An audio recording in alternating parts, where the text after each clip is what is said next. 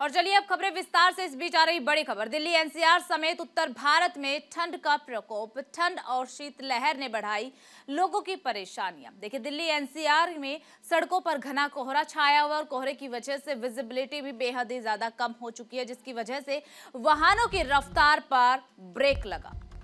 तो इस वक्त की बड़ी खबर, दिल्ली एनसीआर में कड़ाके की ठंड, घना कोहरा छाया हुआ है और घने कोहरे की वजह से विजिबिलिटी कम, और विजिबिलिटी कम होने की वजह से रफ्तार पर भी ब्रेक।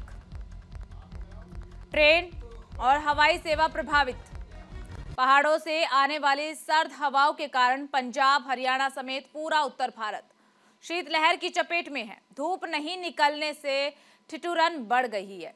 मौसम विभाग ने अनुमान जताया कि दिल्ली, पंजाब व हरियाणा में भीषण सर्दी का येलो अलर्ट जारी किया गया है। मौसम विभाग की तरफ से घने कोहरे के कारण सड़क यातायात, ट्रेन, विमान सेवाएं भी प्रभावित हुई है। मंगलवार देर रात से घने कोहरे के कारण 225 घरेलू और अंतर्राष्ट्रीय उड़ानों में देरी, तो वहीं 125 से अधिक ट्रेनें 2 से 10 घंटे की देरी से चली। हालांकि राजधानी दिल्ली में कपकपाती ठंड से लोगों को राहत मिल सकती है। तो देखिए, ठंड और शीतलहर का प्रकोप लगातार देखने को मिल रहा है। तेज बर्फीली हवाओं ने दिल्ली समेत कई राज्यों में सर्दी का सितम जारी है। दिल्ली, पंजाब, हरियाणा समेत उत्तर भारत में तापमान में गिरावट में दर्ज की गई है और इसी के साथ दिल्ली में सुबह सुबह हल्का कोहरा छाया रहा। दोपहर बाद बादल छाए रह सकते हैं, यह भी आशंका जताई जा रही है। हवा की गति 4 किलोमीटर प्रति घंटे तक की रहने की संभावना। अधिकतम 19 और न्यूनतम तापमान 5 डिग्री सेल्सियस रहने की संभावनाएं जताई जा रही है। उत्तर प्रदेश के 59 जिलों में ठंड को लेकर के अलर्ट भी जारी किया गया आईएमडी की तरफ से, और यूपी के लोगों को ठंड से ठिठुर रहे हैं, जिसकी वजह से काफी ज्यादा दिक्कतों का सामना करना पड़ रहा है। लगातार लोगों के सामने कई तरह की परेशानियां सामने आ रही है। लोग ठंड से ठिठुर रहे हैं। पिछले 2 सप्ताह से यूपी में शीतलहर का प्रकोप लगातार जारी है। 16 जनवरी तक अधिकतम तापमान 17 और 18 डिग्री रहेगा। न्यूनतम तापमान का अगर जिक्र किया जाए तो न्यूनतम तापमान 7 से 8 डिग्री तक रह सकता है। 16 और 17 जनवरी को ठंड से हल्की राहत मिलने की उम्मीद है। तो देखिए, लगातार जो ठंड का कहर वो बढ़ता जा रहा है। अब इस बीच जो उम्मीद है वो ये कि 16 और 17 जनवरी को लोगों को ठंड से राहत मिल सकती है। तापमान का अगर जिक्र किया जाए तो न्यूनतम तापमान 7 से 8 डिग्री रह सकता है, ये अनुमान जताया जा रहा है। लगातार जिस तरीके से पहाड़ों पर बर्फबारी हो रही है उसका असर मैदानी इलाकों में साफ तौर पर देखने को मिल रहा है। दिल्ली में सुबह हल्का कोहरा भी छाया रहा, जिसकी वजह से विजिबिलिटी कम रही और विजिबिलिटी कम होने की वजह से लोगों को भी खासी दिक्कतों का सामना करना पड़ा है। तापमान में लगातार गिरावट भी दर्ज की जा रही है। पहाड़ी इलाकों पर बर्फबारी हो रही है और उसका असर मैदानी इलाकों पे साफ देखा जा रहा है। लोग ठिठुर रहे हैं ठंड से और ऐसे में लोगों के सामने खासी दिक्कतें भी सामने आ रही है। स्कूल बंद कर दिए गए हैं। इसके अलावा कई ऐसी घोषणाएं सरकार की तरफ से की गई है ताकि लोगों को ठंड से बचाया जा सके। लोग ठंड से बचने के लिए अलाव का भी सहारा ले रहे हैं। घर से बाहर निकलते वक्त लोग अपना पुख्ता इंतजाम करके निकल रहे हैं ताकि ठंड से बचा जा सके। आज का ही जिक्र किया जाए तो आज सुबह दिल्ली एनसीआर में घना कोहरा छाया रहा और घने कोहरे की वजह से विजिबिलिटी कम और विजिबिलिटी का असर रफ्तार पर देखने को मिला। कई ट्रेनें अपने समय के अनुसार देरी से चल रही है, फ्लाइटें रद्द कर दी गई है और यातायात काफी ज्यादा प्रभावित विजिबिलिटी के कारण हुआ है।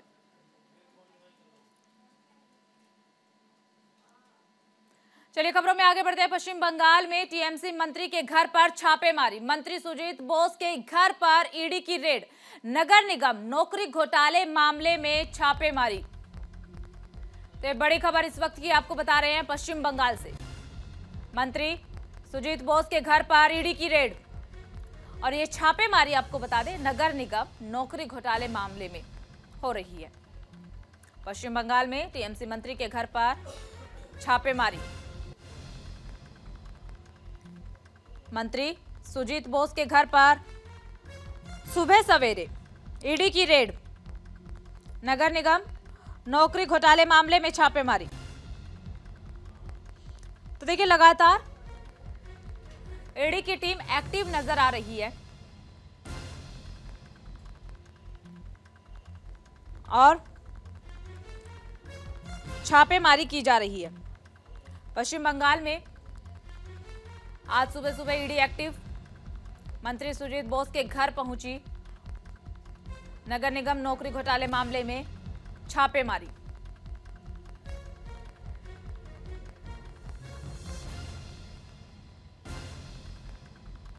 तो इस वक्त की बड़ी खबर आपको बता रहे हैं, टीएमसी मंत्री सुजीत बोस के घर पर ईडी की छापेमारी। हमले के बाद फिर एक बार ईडी एक्टिव नजर आ रही है। देखिए, बीते दिनों जब पश्चिम बंगाल में ईडी के अधिकारी छापेमारी के लिए पहुंचे थे तो ईडी के अधिकारियों पर हमला कर दिया गया था, लेकिन हमले के बाद एक बार फिर से ईडी एक्टिव नजर आ रही है। मंत्री सुजीत बोस के घर पहुंचे ईडी के अधिकारी। पश्चिम बंगाल के संदेश खाली में 5 जनवरी को हुए हमले के बाद प्रवर्तन निदेशालय एक बार फिर से एक्शन में।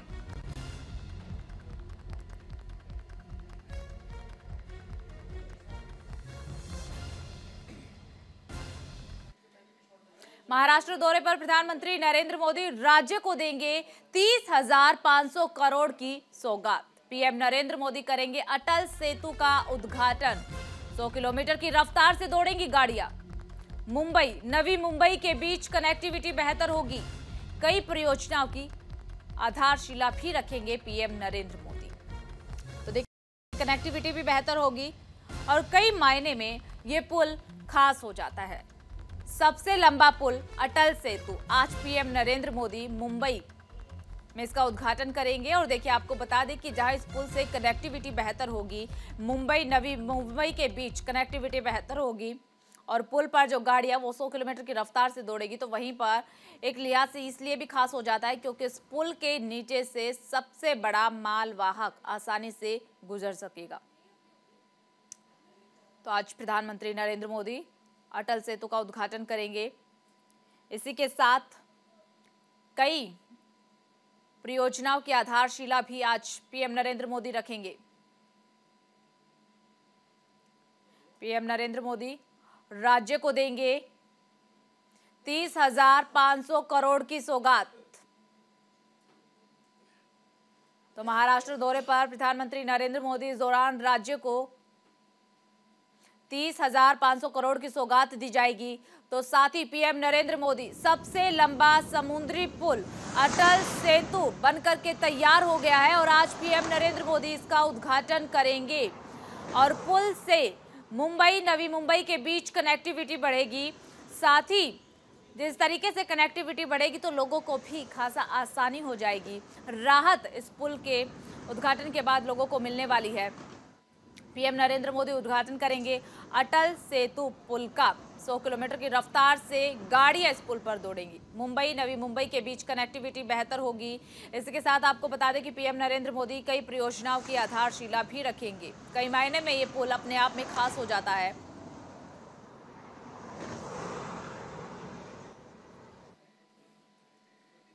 सीट शेयरिंग को लेकर इंडी गठबंधन की अहम बैठक। शाम 6:30 बजे का वक्त निर्धारित किया गया जब मुकुल वासनिक के घर पर यह बैठक होगी।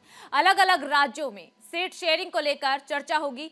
सबसे पहले आम आदमी पार्टी और कांग्रेस के बीच ये बैठक होगी। उसके बाद कांग्रेस और समाजवादी पार्टी के बीच सीटों पर चर्चा होगी। इससे पहले 8 जनवरी को सीट बंटवारे पर हुई थी चर्चा और आज एक बार फिर इंडी गठबंधन की बैठक में सीट शेयरिंग के मुद्दे पर चर्चा होगी। और देखिए, लोकसभा चुनाव नजदीक है, ऐसे में बेहद ही महत्वपूर्ण ये बैठक हो जाती है। इससे पहले कई बार बैठक हो चुकी है सीट शेयरिंग को लेकर, लेकिन किसी भी बैठक में कोई नतीजा निकल करके सामने नहीं आया। अब आज एक बार फिर से बैठक होने जा रही है। अलग अलग राज्यों में सीट शेयरिंग को लेकर चर्चा होगी।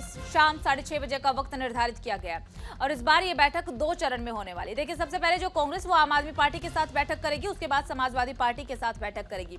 समाजवादी की पार्टी की जो पकड़ है वो उत्तर प्रदेश में बेहद ही ज्यादा है और ऐसे में समाजवादी पार्टी से कांग्रेस की पहले विधानसभा चुनाव के दौरान भी हमने देखा कि सीट शेयरिंग को लेकर के बात बिगड़ चुकी थी। मध्य प्रदेश में जब कांग्रेस की तरफ से सीटें नहीं दी गई समाजवादी पार्टी को, उसके बाद समाजवादी पार्टी की तरफ से भी बयानबाजी हमने देखी कि किस तरीके से अखिलेश यादव ने कह दिया था कि राज्य में बात नहीं तो देश में बात नहीं।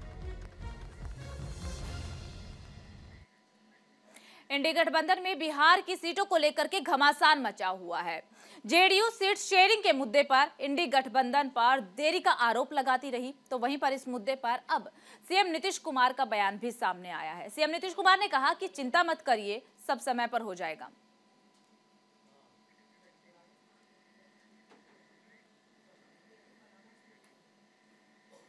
गुजरात दौरे पर गृह मंत्री Amit Shah vibrant Gujarat global summit में शिरकत करेंगे। 10वें संस्करण के समापन सत्र को संबोधित करेंगे आज केंद्रीय गृह मंत्री अमित शाह। गुजरात जाएंगे अमित शाह। 3 दिवसीय वाइब्रेंट गुजरात ग्लोबल समिट के 10वें संस्करण के समापन सत्र में शिरकत करेंगे। इस दौरान वे समिट को संबोधित भी करेंगे। पीएम नरेंद्र मोदी ने 10 जनवरी को गांधीनगर के महात्मा मंदिर में gateway to the future theme के साथ शिखर सम्मेलन का उद्घाटन किया था। शिखर सम्मेलन में कुल 34 देश और 16 संगठनों ने हिस्सा लिया, जिसमें कई देशों के राष्ट्रपतियों, प्रधानमंत्रियों और बहुराष्ट्रीय कंपनियों के सीईओ समेत विश्व नेताओं के प्रमुख मौजूद रहे।